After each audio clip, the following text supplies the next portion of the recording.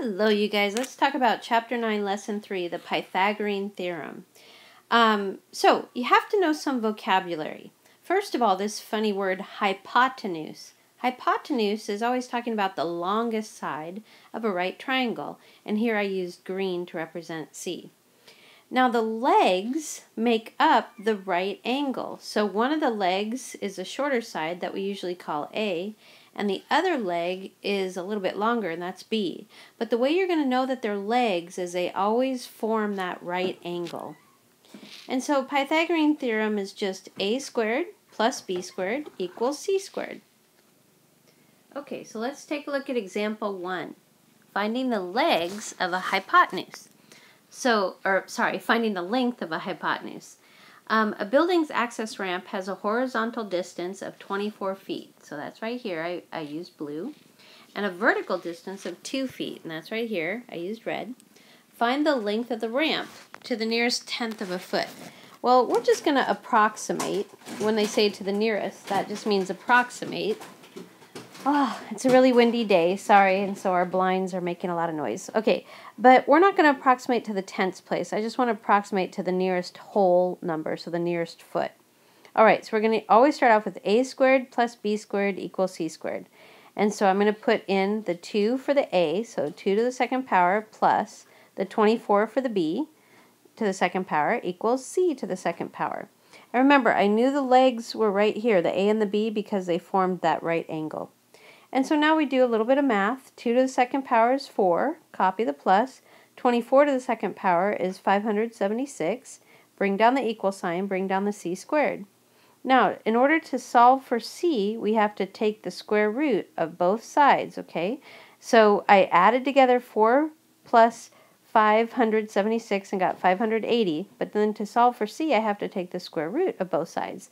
So remember, the square root of c squared, the c would come out of the radical, so that would just be c is about, and now I want you to use the table that I gave you in class to approximate. So you'll see that 580 is really close to 576, so this is about 24. It's just a little bit longer than 24. It'll be 24 point something. But the ramp is not very steep because, they want to make sure wheelchairs can go up it. So the length of the ramp is about 24 feet. Now look at example 2. You really have to read the directions carefully. They want us to find the length, but they want to write it in simplest form. Remember, this is not approximating, this is simplifying. So we're going to find all those perfect squares under the radical and move them out, okay? So now, take a look here. Here's the situation. A, I don't know it. B is 10, and C is 15. So always look for that square root symbol to know what the legs are. The legs are the a and the b. So you start off with a squared plus b squared equals c squared, and then plug in what you know. A squared plus 10 squared equals 15 squared. So a squared plus 10 to the second power is 100 equals 15 to the second power is 225. Now to solve for a, I've got to get rid of the 100 first. So subtract 100 from both sides. So I get a squared equals 125. And then to solve for a, I'm going to take the square root of both sides. So the square root of a to the second power is just a. And now I have to simplify the square root of 125.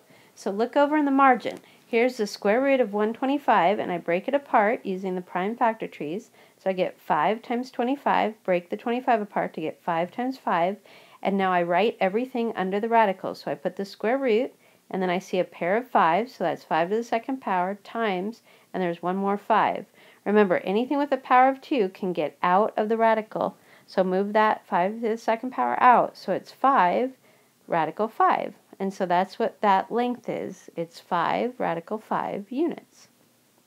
Okay, take a look at the checkpoint. We have to find the unknown length, and they want us to write the answer in simplest form, okay? Not approximating, simplify.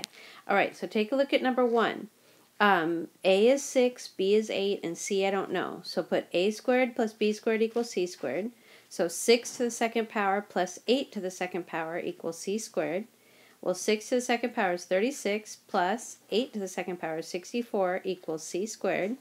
add these together, so 36 plus 64 gave me 100 equals c to the second power, and then I take the square root on both sides of the equation, so the square root of 100 is 10, bring down the equal sign, the square root of c to the second power is just c, so c equals 10. Alright, take a look at number 2. I have a squared plus b squared equals c squared, and I plug in what I know, so that's a squared plus 12 squared equals 13 squared. So I have a squared plus 144 equals 169. Well, we have to get rid of the 144 first, so subtract 144 from both sides. So I get a squared equals 25. And now I take the square root on both sides, so that gives me a equals 5. And I'm done. Okay, take a look at number 3. I start off with a squared plus b squared equals c squared. And so I'll plug in 11 for a, so it's 11 to the second power plus b to the second power equals 20 to the second power. And so 11 squared is 121 plus b squared equals 400. Now I have to get rid of the 121, so I subtract 121 from both sides. So I get b squared equals 279, and then I take the square root of both sides. So that gives me b equals, but now I have to simplify, radical 279. So I did that over here in the margin. Look over here. So I broke this apart to be 9 times 31, and then I broke apart the 9 to be 3 times 3. So that's what I put over here under the radical. So the square root of, there's a pair of 3's, 3 to the second power times 31. Remember that 3 can get out because it has a power of 2. So b equals 3 times the square root of 31. And I'm finished. Okay, take a look at example 3, identifying right triangles. Determine whether the triangle with the given sides is a right triangle. So we just plug in the values. Alright, so they gave us a equals 8, b equals 9, and c equals 12. Well, we always start off with a squared plus b squared equals c squared. So I put the 8 in for a, the 9 in for b, and the 12 in for c. And then I do the math. So 8 squared is 64. Bring down the plus, 9 squared is 81, bring down the equal sign, and 12 squared is 144. Well, now add 64 and 81, you get 145, and bring down the 144. These don't match, they're not equal, so put an equal sign with a slash through it, and since they're not equal, you would say, no, this does not form a right triangle. Okay, take a look at B. A is 7, B is 24, and C is 25. So I plug in the numbers 7, 24, and 25, and I do the math. Okay, 7 squared is 49. I bring down the plus. 24 squared is 576. I bring down the equal. 25 squared is 625. And now I add 49 and 576, and I see I get 625. So they do match. So 625 equals 625. So yes, these form a right triangle. Okay, so look at the checkpoint with me. We're going to determine if these are right triangles. So always start off with a squared plus b squared equals c squared. And then put the 12 in for the a, the 9 in for the b, and the 15 in for the c. Well, 12 squared is 144, copy the plus. 9 squared is 81, copy the equal sign. 15 squared is 225. Then we just have to add these together. 144 plus 81 equals 225. So they match, so they are equal. So you say, yes, it is a right triangle. Look at number 5. I have a squared plus b squared equals c squared. So plug in the 10 for the a, the 25 for the b, and the 27 for the c. So 10 to the second power is 100 plus 25 to the second power is 625 equals 27 to the second power is 729. And now let's add this side up. So 100 plus 625 gives you 725. Well, 725 does not match 729. They're not equal. So put an equal sign with a slash through it.